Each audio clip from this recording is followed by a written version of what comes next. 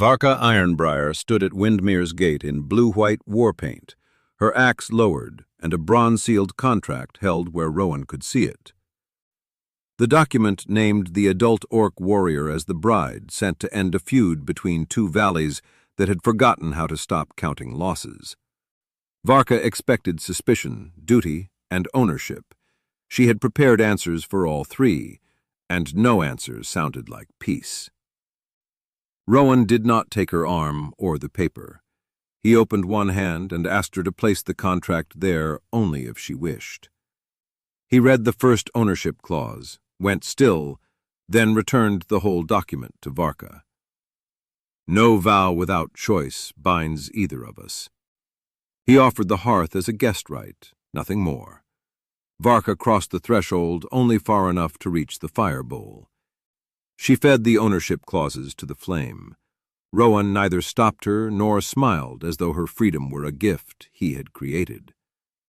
Before the parchment vanished, Varka saw ink beneath the fold. She pinched out the flame and saved the map drawn across the reverse. The heated seal cracked along an old fault. Varka stared at the fracture because official clan bronze was never supposed to break that way.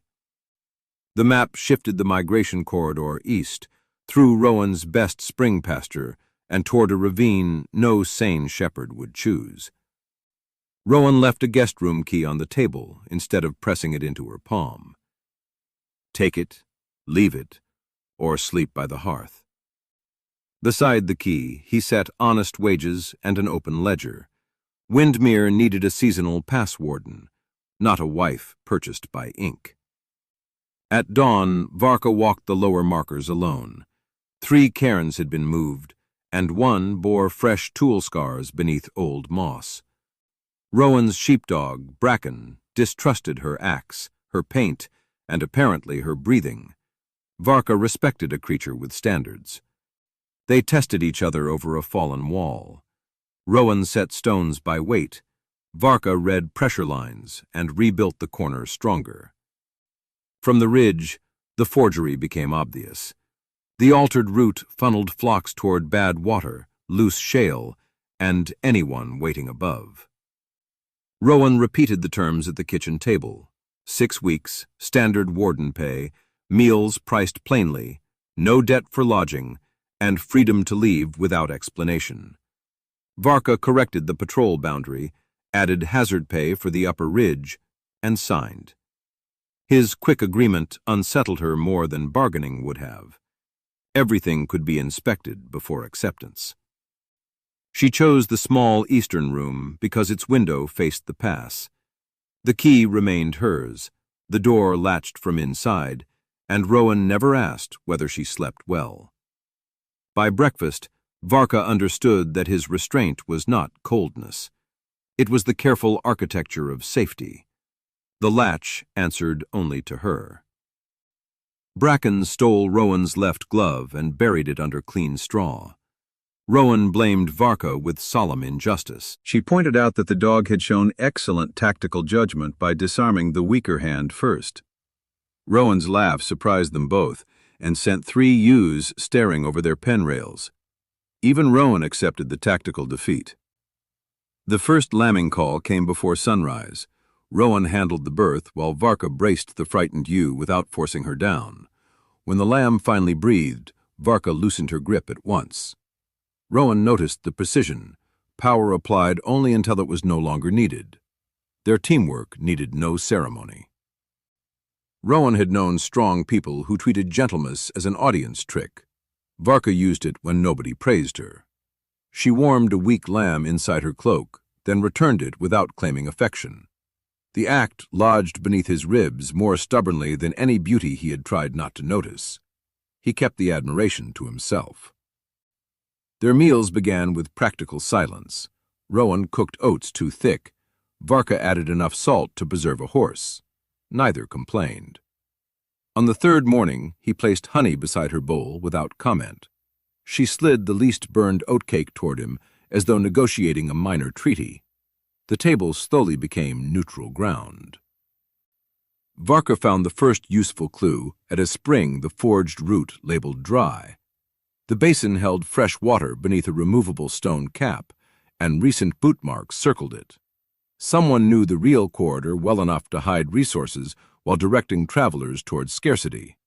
She marked the spring in charcoal. Rowan read weather from cloud edges, wool static, and the smell of distant rain. Varka watched him predict a crosswind before the grass bent. He watched her convert that knowledge into patrol intervals and safe watering stops. Admiration arrived without permission, but neither mistook it for a promise. Competence made the silence newly charged. At the upper wall, Varka raised a capstone Rowan could barely shift. She waited for his hand signal before lowering it, trusting his eye for balance. The stone settled perfectly. "Useful shepherd," she said. "Tolerable warrior," he answered, and Bracken barked as if correcting both assessments. The finished corner held against wind. The old watchtower should have held only dry heather for smoke signals. Instead, Varka found pitch scraped from the iron basket and a dark smear beneath the stair. Someone had tested a hotter fuel, then cleaned poorly. She wrapped a sample in wool and marked the hiding place. The residue smelled sharp and recent. Rowan searched his wool accounts for anything unusual. Silas Venn had recently offered protection contracts to 3 stations after small raids, each agreement written in the same blue-black ink as the altered corridor lines. Coincidence was possible.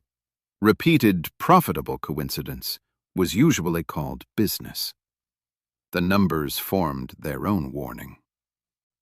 Varka expected Rowan to dismiss merchant records as softer work than tracking.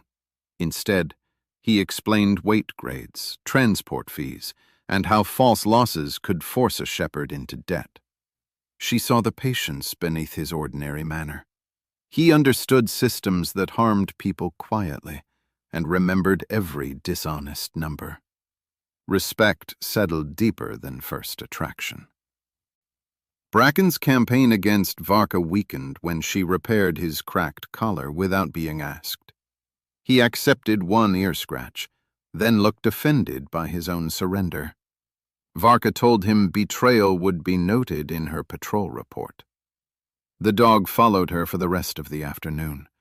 Bracken denied that friendship had occurred. They replaced 2 moved cairns with stones too large to shift quietly. Riders appeared on the western skyline and vanished when Varka looked directly at them. Rowan wanted to follow. Varka stopped him, not with an order, but by asking what would happen to the flock if both wardens chased shadows. The watchers learned they were observed. The hoofprints belonged to shod patrol horses, not valley raiders. Varka measured the stride and found one animal favored its right foreleg. She had seen that limp in Captain Dren's gray gelding. Naming him aloud would change suspicion into accusation, so she kept the knowledge between her teeth. Her suspicion now had distinct hoofprints. Dren arrived at Truce Meadow in an immaculate officer's coat and praised Varka for fulfilling her marriage duty. She corrected him. The contract's coercive terms were ash, and she now served as a paid warden. His smile barely shifted, but his thumb covered the seal chain at his throat. His covered thumb confirmed her attention. Dren told Rowan that rejecting the marriage might restart the feud. Rowan answered that peace built on a captive was simply a quieter form of war. He did not mention Varka's evidence or claim moral victory. He asked only whether Dren would recognize her legal right to paid work. Varka heard every careful word clearly. With witnesses watching, Dren had to approve the appointment or reveal that the truce required ownership. He stamped the notice. Varka saw the seal impression clearly. A hairline break crossed the lower thorn, matching the crack in the bronze token that had arrived with her contract. The broken thorn appeared unmistakably there. On the return path, Rowan asked whether she wanted company or distance. Varka chose company. She did not tell him that nobody in her command had ever treated space as something she could request. He did not ask why her answer took so long. She matched his pace downhill quietly. That evening, Varka removed the last of her arrival paint. Rowan happened to enter for firewood and immediately turned toward the hearth. She told him he could look. He met her unpainted face with the same steady attention, neither disappointment nor triumph in his expression. He looked only after permission came. Without war paint, Varka felt more exposed than she had beneath arrows. The blue-white lines had announced duty before anyone could ask what she wanted. Windmere's window reflected only her own mature face, the cracked seal in her hand, and a room whose door she controlled. Her own reflection did not command. Rowan had lived alone long enough to make silence efficient. Varka's presence made it particular. He noticed which chair she chose, how she aligned her boots toward exits, and when she relaxed enough to leave her axe across the room. Wanting her to stay felt dangerous precisely because he refused to make staying costly. He refused to make longing leverage. A limping ewe interrupted their careful distance. Varka carried the animal's front weight while Rowan wrapped the hoof. Bracken supervised with unbearable authority. When Rowan thanked Varka, she said the ewe had better judgment than most negotiators. His laugh warmed the barn more effectively than the lantern. Warmth entered through useful work first. Varka taught Rowan 3 patrol signs: danger above, safe water, and circle home. His first attempt resembled an invitation to wrestle a goat. She corrected his wrist, touching only after asking. The brief contact was practical, yet both became suddenly attentive to the wind. Neither mentioned the lingering contact afterward. Rain trapped them in the watchtower with one dry cloak between 2 shoulders. Rowan offered it without assuming she needed protection. Varka split it down the middle. Their arms touched through wet wool, steady and warm, while thunder rolled over a pass someone had rewritten for profit. The shared cloak became their choice. Varka told him why the council had chosen her. She was competent enough to survive hostility, and unattached enough that nobody powerful would protest if she did not return. The contract called her honored. The negotiations had treated her as expendable. Saying it aloud made her voice rougher than battle ever had. The words left her visibly unguarded. Rowan did not tell her she was wrong to feel wounded. He admitted Windmere had become his refuge because sheep required care without demanding performance. After his father died and hired hands left, he had mistaken being needed for being known. "I am not asking you to fix that," he said. His honesty demanded nothing from her. That answer altered something. Varka had expected gratitude to become a hook. Rowan named his loneliness without placing it in her hands. She leaned closer by her own decision, and together they listened to rain striking the tower roof, until the silence no longer felt like a defense. Trust changed the sound of rain. After the storm, hoof prints sharpened in the mud. The right forelimb drag led from Dren's patrol route to a concealed path above the corridor. Varka found cut brush, boot scuffs, and a wool fiber knot tied in the merchant style used on Silas's export bales. The trail joined profit to patrol. Silas arrived smiling with condolences for recent losses that had not happened yet. He offered guards, feed credit, and an option to purchase Windmere's eastern pasture if danger made the pass unusable. Rowan asked for the proposal in writing. Greed made Silas generous with evidence. Silas mistook patience for weakness again. Silas recognized the cracked bronze too quickly.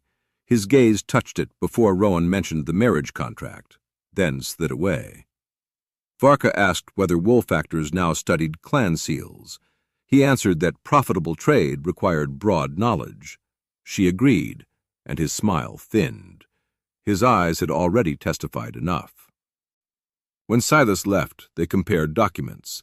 The same rare mineral grit sparkled in both inks, and the paper carried identical woven fibers. The marriage contract had not been drafted in a neutral hall.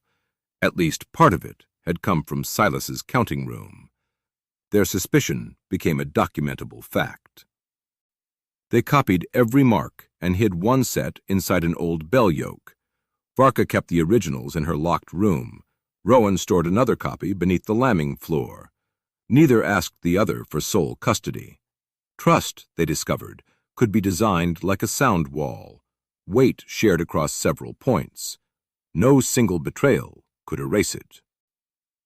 The forged map suspicion became certainty when they found a trail cut exactly along the altered line.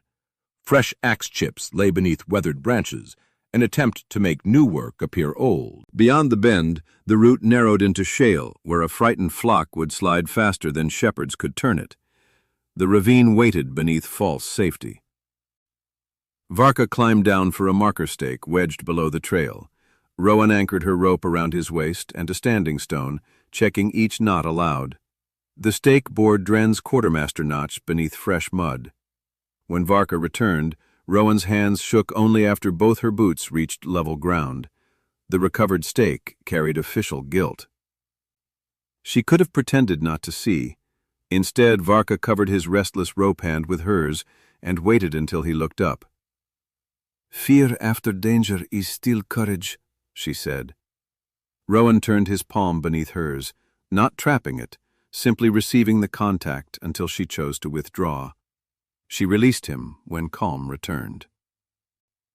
On payday, Rowan counted every coin in front of her and added the hazard amount without prompting. Varka signed the ledger, then caught herself imagining where a second season's wages might be stored. The thought frightened her, because it was hope wearing the practical coat of accounting. A future season entered her thoughts. They laid the burned contract over Rowan's grandfather's pass chart. Needle holes aligned, proving someone had traced the old map before shifting the corridor. Only 3 offices held copies: the Truce Command, the Wool Exchange, and Windmere. Rowan's copy had never left its locked chest. The overlay removed every innocent explanation. Dren intercepted Varka at the tower and offered a private solution. Return with him, declare the burned contract a misunderstanding, and he would restore her rank. He spoke gently, as though dignity were something he could issue. Varka asked why his seal's broken thorn appeared on a forged map. His offer revealed fear beneath authority. For one heartbeat, Dren's practiced face emptied. Then he called the fracture common wear and accused Rowan of turning her against her own people. Varka answered that evidence had no clan. Dren warned that lonely shepherds often mistook gratitude for love. The strike landed because she had feared the same thing. The accusation followed her home anyway. Varka returned ready to leave before hope could become another contract. Rowan saw the packed cloak and placed her remaining wages by the door. He asked whether she wanted an escort, a horse, or privacy. He did not ask her to stay, and that freedom hurt more cleanly than pressure would have. Freedom made the doorway painfully honest. At the gate, Varka realized Dren's warning depended on Rowan behaving like Dren. Rowan had offered no claim, no guilt, and no price for departure. The difference was not romance. It was proof. She turned back, set down her pack, and asked whether the warden contract still had 3 weeks remaining. She chose evidence over manipulated fear. Rowan said the job remained hers unless she ended it. Varka added a clause granting either warden authority to suspend unsafe passage, then signed again. His relief showed in one unsteady breath. Hers showed when she took the guest key from the table and finally put it on her own belt. The key finally moved by choice. Their routine resumed, but not unchanged. Bracken stole the mending thread and wound himself around a stool, forcing them shoulder to shoulder to free him. Varka laughed openly this time. Rowan looked at her as if the sound were a sunrise he had no right to schedule and every right to welcome. Their laughter no longer felt borrowed. At the true corridor entrance, they raised a new marker bearing neither clan emblem nor farm brand. It showed a spring, a sheep track, and 2 open hands. Varka carved one hand, Rowan carved the other. The work was unofficial, practical, and more honest than the marriage seal lying cracked in her pocket. The marker belonged to shared work. The emotional reversal came quietly. When their patrol reached the fork toward Varka's homeland, Rowan paused so she could choose without witness. Varka looked down the familiar road, then toward Windmere. "Home is not the place that orders your return," she said, and walked beside him toward the farm. Her decision required no witness there. Rowan understood that her choice was not yet a choice of him. He guarded that distinction fiercely. Still, when he heard her moving in the eastern room, the farmhouse no longer sounded empty. He polished an old sheep bell for no reason he was ready to name, and slept better than he had in years. He let hope remain unnamed still. Varka attempted supper and produced a stew dense enough to repair masonry. Rowan ate 2 bowls before admitting the spoon could stand upright. She threatened to report his insubordination. He asked whether the sentence involved another serving. Their laughter made intimacy feel less like surrender and more like shared shelter. Even bad stew became belonging slowly. They inspected the tower's fire protocol. A proper signal used damp heather, a shallow flame, and 2 full water barrels. Someone had drained one barrel and replaced the other's plug with soft wood that would fail under heat. Varka refilled both. Rowan carved hardwood plugs and marked them with his knife. Preparedness became another shared language between them. Behind the empty barrel, Varka found another merchant-tied wool knot soaked in pitch. Silas supplied packing wool to every truce station, which gave him innocent access. The knot alone proved little, but paired with his paper, ink, and land offers, it revealed a pattern built from ordinary permissions. Ordinary access had enabled extraordinary harm. At the weekly wool exchange, Rowan asked Silas why protection prices rose before each reported raid. Silas called it prudent forecasting. Rowan requested the dates publicly and watched him refuse. The surrounding shepherds began comparing contracts. Suspicion spread not through accusation, but through numbers anyone could check. Public questions loosened Silas's control visibly. Varka then demanded Dren's patrol logs under the truce's transparency clause. He delayed, claiming border security. She displayed the cracked seal and asked whether security also required forged bride contracts. The meadow went silent. Dren agreed to produce the logs in 3 days, buying time they could not afford to grant. Delay now looked like preparation itself. On evening patrol, they found fence lashings half-cut and iron rattles concealed in grass. A rider could release the barrier and startle the flock with one pull. The trap pointed toward the false corridor. Rowan reset nothing.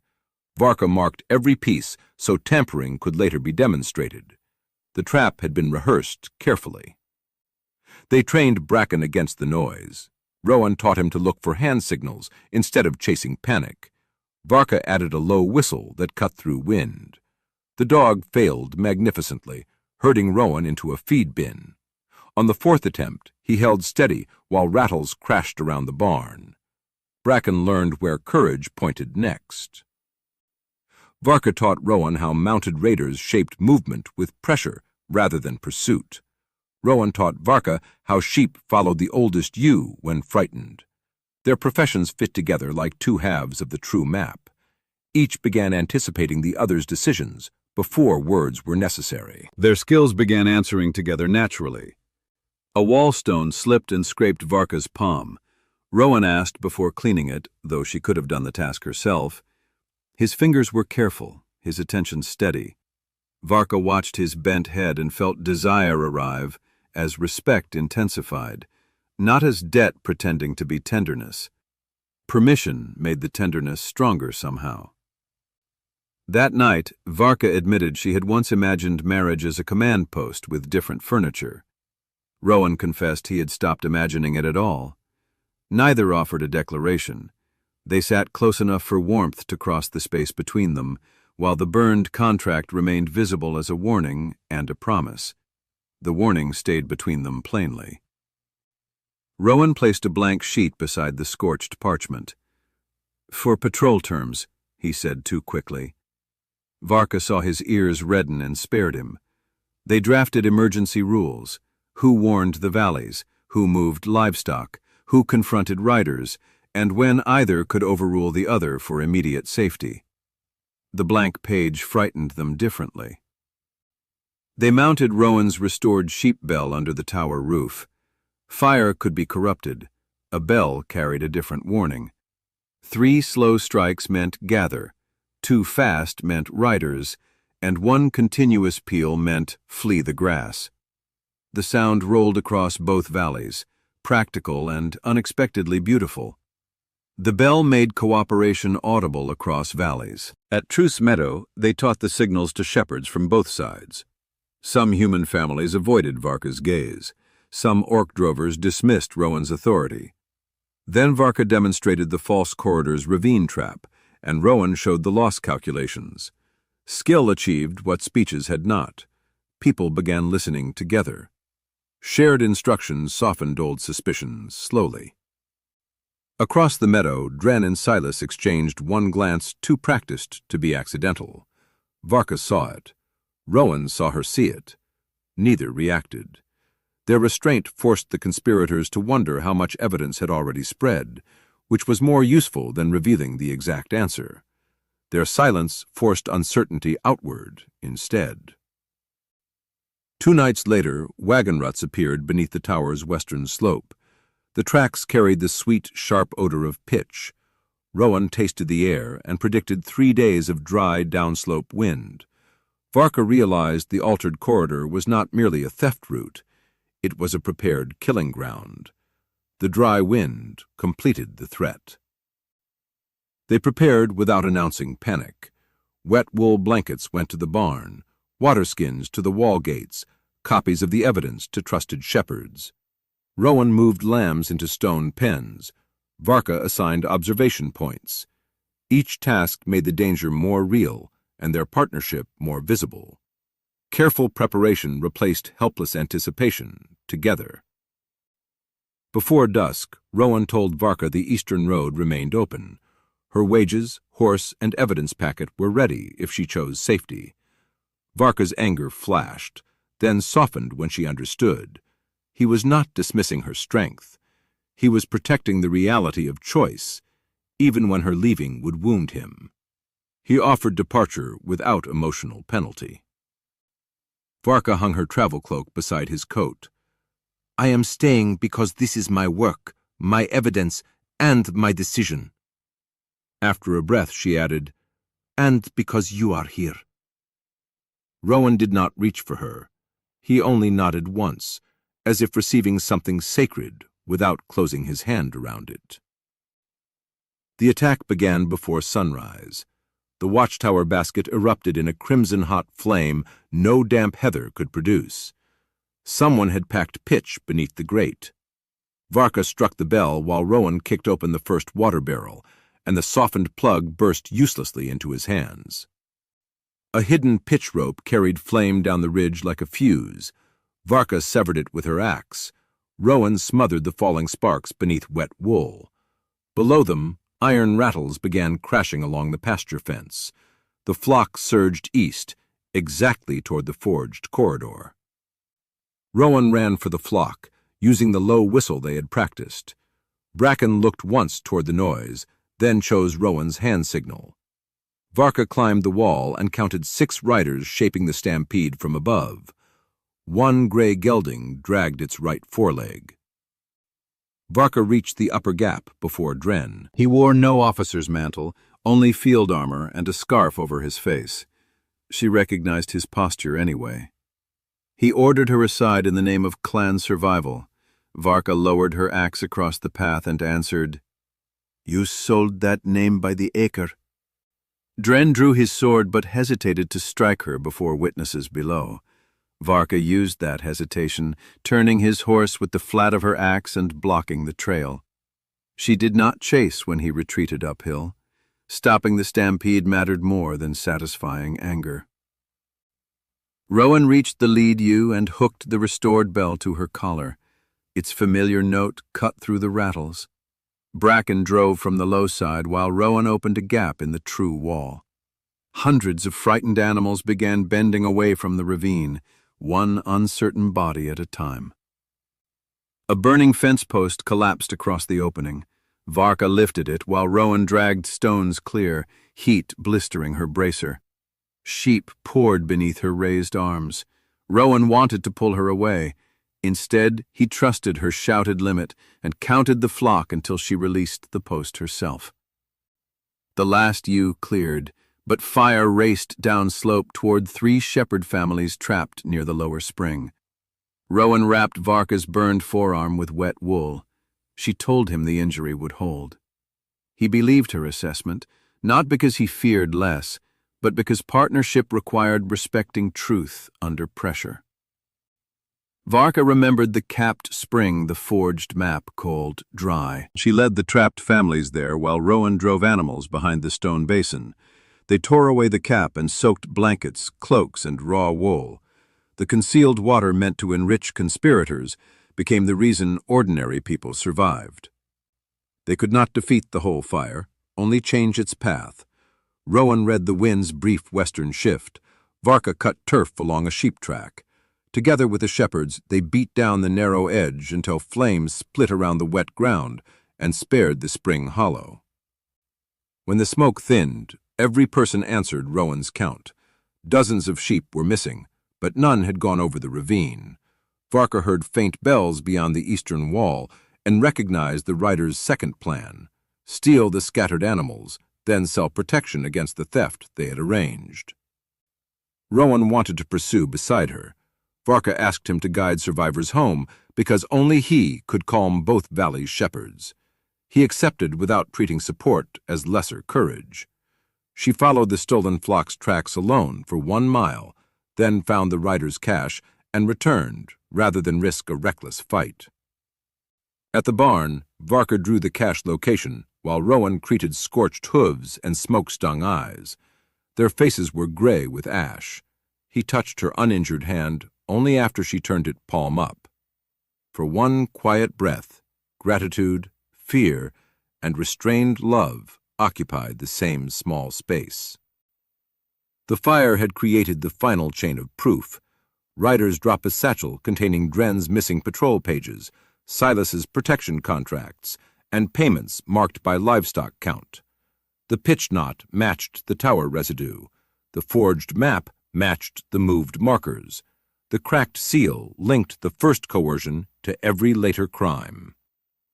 Varka prepared to speak at Truce Meadow. Rowan offered to organize the documents, not her words. She rehearsed once. When he suggested a clearer order, he asked permission first. By midnight, her case moved from contract to map, from map to fire, and from fire to profit, without a single borrowed authority. Rowan spent the remaining hours repairing the bell's smoke-darkened strap. He thought of Varka arriving as a supposed answer to other people's feud. She had become neither symbol nor reward, but the person whose judgment he trusted beside danger. Love, he realized, had grown through verbs: listen, repair, ask, return. Both valleys gathered under scorched skies. Varka walked to the council stones with a cracked seal in one hand and the burned contract in the other. Rowan carried the ledgers at her side. He did not lead her forward. He matched her pace, which told her more than any public declaration could. Dren called the fire an enemy raid, and the marriage contract an unfortunate necessity. Varka held up the preserved map. She named every shifted cairn, hidden spring, cut fence, pitch knot, and patrol route. Then she showed the seal fracture crossing the lower thorn in both bronze and ink. Silas argued that merchants handled common paper. Varka tore a blank edge from his own protection form and fitted its woven fiber pattern to the scorched contract. Rowan opened the payment pages only when she nodded. The figures showed staged losses, followed by land offers, guard fees, and divided profits. Varka took Dren's duplicate seal from the patrol satchel and struck it against the council stone. It split along the hidden flaw. The evidence belonged to her voice and her risk. Rowan's record supported rather than replaced it. If this earned your trust, subscribe to Greenheart Frontier, then stay, because Varka's choice was not finished. Dren's own officers disarmed him. Human traders seized Silas's ledger case before he could burn it. The council offered Varka command of the new border patrol. She refused immediate rank, demanding open accounts, mixed valley wardens, and public maps first. Freedom meant choosing terms, not merely receiving a better master. Together they hung the true corridor chart where both valleys could copy it. Water points, fire breaks, safe walls, and seasonal limits were marked plainly. The forged marriage had promised peace through possession. Their map offered something harder and more durable: shared facts, transparent work, and consequences anyone could inspect. The following weeks were not romantic in any polished way. They hauled burned posts, counted missing sheep, widened fire breaks, and argued over wall angles. Varka won most arguments involving defense. Rowan won those involving drainage. Bracken won every dispute involving where lunch should be eaten. Bracken finally accepted Varka as part of the station after she rescued his favorite ball from a water trough. He rewarded her by dropping it into her stew. Rowan laughed until he had to brace himself against the table. Varka threatened the dog with reassignment, then dried the ball by the hearth. When Varka's 6-week contract ended, Rowan paid the final coins and closed the ledger. He offered no automatic extension. The empty line beneath her name looked like an open road. Varka felt the old fear of being unwanted and the newer fear of being wanted too much, both waiting for her answer. Rowan told her Windmere would welcome her as a guest, a partner in paid work, or simply a traveler passing through. He would not disguise desire as employment. He loved the life they had made, he said, but her freedom mattered even if it carried her away from him. Varka walked to the fork where she had once chosen Windmere over command. The cracked seal lay warm in her palm. She understood now that freedom was not the absence of attachment. It was the ability to name what she wanted without threat, debt, or someone else's ink deciding first. She returned before sunset. Rowan stood by the gate but did not cross the space. Varka told him she wanted more patrol seasons, more ruined stews, more walls built in argument, and mornings where his quiet presence was chosen rather than assigned. His eyes brightened, but he still waited. Varka stepped close and set her palm over his heart. "I was sent here as a bride," she said. "I am not staying as one." Rowan's breath caught. She continued, "I am staying as Varka Ironbriar, who chooses Rowan Vale and expects him to keep asking." Rowan asked, softly and clearly, whether he could kiss her.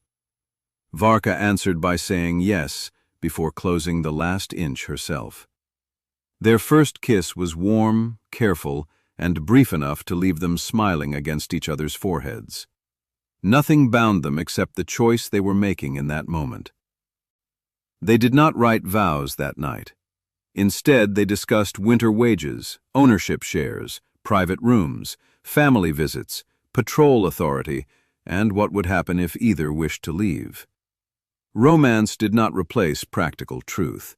It made honesty more necessary, because affection without structure could still become a quiet form of pressure. By autumn, the pass operated under elected wardens and public accounts. No household could purchase exclusive water, and every map copy carried matching witness marks.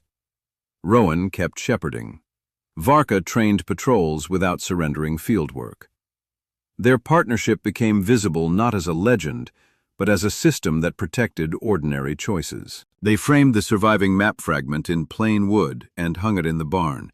not as a romance relic, but as evidence of what coercion looked like when dressed as peace. Beneath it, Rowan added a small note in his ledger: "No agreement valid unless every signer may refuse." Months later, Rowan heard hoofbeats at the same gate where Varka had first arrived. She had been away inspecting winter roots for the new council. He had missed her without turning absence into accusation. The restored sheep bell hung beside the door, polished bright against weathered stone. Varka dismounted in ceremonial blue-white war paint, now chosen for celebration rather than duty. She carried no sealed order. Instead, she held a blank partnership charter and a new bronze stamp made of 2 open hands. Rowan laughed once, helplessly, when he understood. At the kitchen table, Varka placed 2 pens beside 2 equal chairs. The charter listed shared pasture decisions, separate personal property, fair wages for outside work, mutual care without ownership, and a simple rule: either person could request change without punishment. The final space remained blank for words they would choose together. They wrote their vows in alternating lines. Rowan promised to ask rather than assume. Varka promised to speak before silence hardened into armor. Both promised to protect each other's freedom as fiercely as they protected the pass. Then they signed their own names, with no negotiators standing between them. At the gate, Varka hung the cracked marriage seal beside the restored sheep bell. One object remembered the contract that tried to own her. The other carried the warning that saved 2 valleys. Rowan steadied the latter without directing her hand. When she climbed down, she kissed him first. Windmere's gate remained open behind them, not because leaving was expected, but because staying only mattered while it remained a choice. Can a promise truly matter if it was never freely chosen? Share your answer in the comments, and subscribe to Greenheart Frontier for more stories of courage, partnership, and chosen home.